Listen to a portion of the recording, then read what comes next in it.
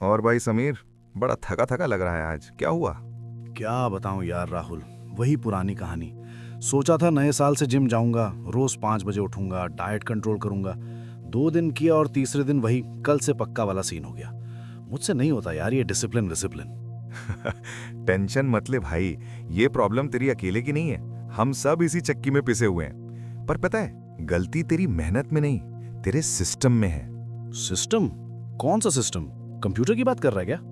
नहीं रे, मैंने कल ही एक कमाल की किताब खत्म की है, atomic habits by James clear. वो कहता है कि हम अपनी लाइफ में फेल इसलिए नहीं होते कि हमारे गोल्स बड़े हैं, बल्कि इसलिए होते हैं क्योंकि हमारा सिस्टम खराब है। अच्छा, मतलब थोड़ा डिटेल में बताना, सुनने में इंटरेस्टिंग लग रहा है। देख, जेम्स क्लियर ने एक टर्म यूज किया है, एटॉमिक हैबिट्स। एटॉमिक का मतलब होता है बहुत छोटा, और हैबिट का मतलब वो काम जो हम रोज करते हैं। तो छोटी आदतें, इससे क्या होगा? यही तो मैजिक है।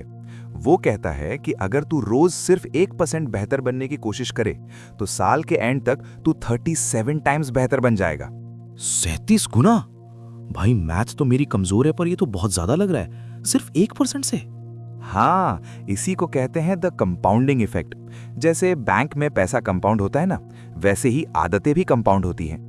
पर यार राहुल, प्रॉब्लम ये है कि जब मैं कुछ नया शुरू करता हूँ तो रिजल्ट दिखता ही नहीं। एक हफ्ता जिम गया, पेट तो कम हुआ नहीं, तो मोटिवेशन खत्म हो जाती है। सही पकड़े हो। जेम्स क्लियर इसे कहते हैं the plateau of latent potential. Latent क्या? भाई जरा सिंपल हिंदी में समझा। ओके, ऐसे समझ, एक बर्फ का टुकड़ा है जो -5 डिग्रीज पर रखा है। तू टेम्परेचर बढ़ा रहा है, -4 हुआ, बर्फ नहीं पिघली। -3 हुआ, कुछ नहीं हुआ। -1 हुआ, अभी भी बर्फ वैसी की वैसी है। हाँ, तो फिर आता है 0 डिग्रीज। जैसे ही 1 डिग्री और बढ़ा, बर्फ पिघलना शुरू। तो क्या वो बर्फ सिर्फ उस 1 डिग्री से पिघली? नहीं, वो जो पहले मेहनत की थी -5 से 0 तक, वो भी जरूरी थी। एग्जैक्टली। लोग वही गलती करते हैं, वो 0 डिग्री तक पहुंचने से पहले ही हार मान लेते हैं। उन्हें लगता है उनकी मेहनत बेकार गई, पर असल में वो मेहनत स्टोर हो रही थी। रिजल्ट तभी दिखेगा जब तू एक थ्रेशोल्ड क्रॉस करेगा। ये तो डीप बात बोल दी तूने। पर भाई ये शुरू कैसे करें? हैबिट्स बदलना इतना मुश्किल क्यों होता है? क्योंकि हम गलत चीज बदलने की कोशिश करते हैं। हम फोकस करते हैं आउटकम्स पर, जैसे मुझे 10 किलो वजन कम करना है। तो फोकस किस पर करें? अपनी आइडेंटिटी पर, आइडेंटिटी बेस्ड हैबिट्स। आइडेंटिटी मतलब मैं कौन हूं? हाँ, मान ले 2 लोग हैं जो स्मोकिंग छोड़ने की कोशिश कर रहे हैं। किसी ने उन्हें सिगरेट ऑफर की। पहला बंदा बोलता है, नहीं थैंक्स, मैं छोड़ने की कोशिश कर रहा हूं। दूसरा बंदा बोलता है, नहीं थैंक्स, मैं स्मोकर नहीं हूं। दोनों में क्या फर्क लगा तुझे? पहले वाला अभी भी खुद को स्मोकर ही समझ रहा है, बस कोशिश कर रहा है। पर दूसरे ने तो अपनी पहचान ही बदल ली। शाबाश। जब तू बोलेगा मुझे फिट होना है, तो तू एक गोल के पीछे भाग रहा है। पर जब तू बोलेगा मैं एक एथलीट हूं, तो तू वैसा ही बिहेव करेगा जैसा एक एथलीट करता है। हर एक्शन जो तू लेता है वो तेरी नई आइडेंटिटी के लिए एक वोट होता है। Wow, vote for your identity, ये तो तगड़ा कॉन्सेप्ट है। अब सुन, जेम्स क्लियर ने 4 ऐसे लॉज बताए हैं जिससे तू कोई भी हैबिट शुरू कर सकता और किसी भी बुरी हैबिट को छोड़ सकता है। बता भाई, मैं तो डायरी निकाल के लिख रहा हूं अब। ठीक है, तो पहला लॉ है मेक इट ऑब्वियस। मतलब देख, हमारा दिमाग क्यूज पर चलता है। अगर तू चाहता है कि तू रोज सुबह वर्कआउट करे, तो रात को ही अपने शूज और जिम के कपड़े बेड के ठीक सामने रख दे, ताकि सुबह उठते ही सबसे पहले वही दिखें। अच्छा, और अगर मुझे जंक फूड कम खाना हो तो उल्टा कर दे, मेक इट इनविजिबल। चिप्स के पैकेट को कबर्ड के सबसे ऊपर कोने में छुपा दे। जो दिखेगा नहीं उसका मन कम करेगा। सही है यार। वैसे एक बात बता, कभी कभी मन ही नहीं करता, बोरियत होती है, तब क्या करें? वहां आता है दूसरा लॉ, मेक इट अट्रैक्टिव। इसके लिए एक टेक्निक है, टेम्पटेशन बंडलिंग। ये क्या नहीं वाला है? बहुत सिंपल है। जो काम तुझे करना चाहिए उसे उस काम के साथ जोड़ दे जो तुझे करना पसंद है। मान ले तुझे नेटफ्लिक्स देखना पसंद है, पर तुझे एक्सरसाइज भी करनी है, तो रूल बना ले, मैं नेटफ्लिक्स तभी देखूंगा जब मैं स्टेशनरी साइकिल चला रहा हूंगा। अरे वाह, मतलब मजा भी और काम भी। बिल्कुल। अब आता है तीसरा और सबसे important law, make it easy. James clear कहता है कि 2 मिनट रूल यूज करो। 2 मिनट में क्या होता है भाई? कोई भी नई हैबिट सिर्फ 2 मिनट की होनी चाहिए। रोज 1 घंटा पढ़ने की जगह सिर्फ 1 पेज पढ़ने की हैबिट डाल। 5 माइल भागने की जगह सिर्फ अपने शूज पहनकर बाहर निकलने की हैबिट डाल। पर 2 मिनट से क्या होगा, बॉडी थोड़ी ना बनेगी। भाई पहले हैबिट को एस्टैब्लिश तो कर, तभी तो उसे ऑप्टिमाइज करेगा। अगर तू जिम तक पहुंच ही नहीं रहा तो वर्कआउट कैसे करेगा? पहले रोज जिम जाने की आदत डाल, चाहे वहां जाके सिर्फ 5 मिनट वर्कआउट कर। जब तू वहां रोज जाने लगेगा तब ऑटोमेटिकली तू ज्यादा भी करने लगेगा। लॉजिक तो है। हम पहले दिन ही पहाड़ तोड़ने निकल जाते हैं और थक जाते हैं। करेक्ट। और आखिरी लॉ है मेक इट सैटिस्फाइंग। हमारा दिमाग उन चीजों को दोहराना चाहता है जिसमें उसे तुरंत मजा आए। पर अच्छी आदतों का मजा तो देरी से मिलता है, जैसे बॉडी बनना या पैसा बचाना। इसलिए खुद को इमीडिएट रिवॉर्ड दे।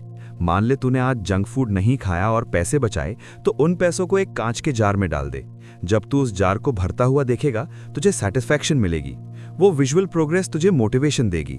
राहुल भाई, सच बोलूं तो आज तक मैं सिर्फ विल पावर के भरोसे बैठा था, पर ये सिस्टम तो कमाल का है। विल पावर एक बैटरी की तरह है समीर, खत्म हो जाती है, पर सिस्टम हमेशा चलता रहता है। याद रखना, you do not rise to the level of your goals, you fall to the level of your systems. भाई मजा आ गया। मैं आज से ही ये 1% वाला फॉर्मूला अप्लाई करता हूँ। चल फिर एक कप चाय और हो जाए, पर इस बार बिना चीनी के। 1% हेल्दी हैबिट की शुरुआत आज से। हाँ बिल्कुल, चलो। राहुल भाई, कल तूने जो आइडेंटिटी वाली बात कही थी ना, वो मेरे दिमाग में घर कर गई है। Vote for your identity. पर यार एक डाउट है। बोलना भाई, क्या डाउट है? बिना सवाल के सीखना अधूरा है। देख, तूने कहा कि मैं खुद को एथलीट समझूं, पर जब मैं शीशे में देखता हूं तो मुझे वही पुराना समीर दिखता है जिसका पेट थोड़ा बाहर है। तो दिमाग को कैसे यकीन दिलाऊं कि मैं बदल रहा हूं? सही सवाल है। जेम्स क्लियर इसका बहुत बढ़िया जवाब देता है। वो कहता है कि तू अपने दिमाग को बोलकर नहीं, करके यकीन दिलाता है। हर छोटा काम जो तू करता है वो एक एविडेंस है। एविडेंस मतलब, मान ले तूने आज एक पन्ना बुक पढ़ी, तो तूने अपने दिमाग को एक सबूत दिया कि मैं एक रीडर हूं।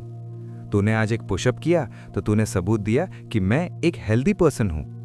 एक बार करने से आइडेंटिटी नहीं बदलती, पर जब तू रोज एक एक वोट डालता है ना, तो धीरे धीरे तेरी पुरानी आइडेंटिटी की सरकार गिर जाती है और नई आइडेंटिटी जीत जाती है।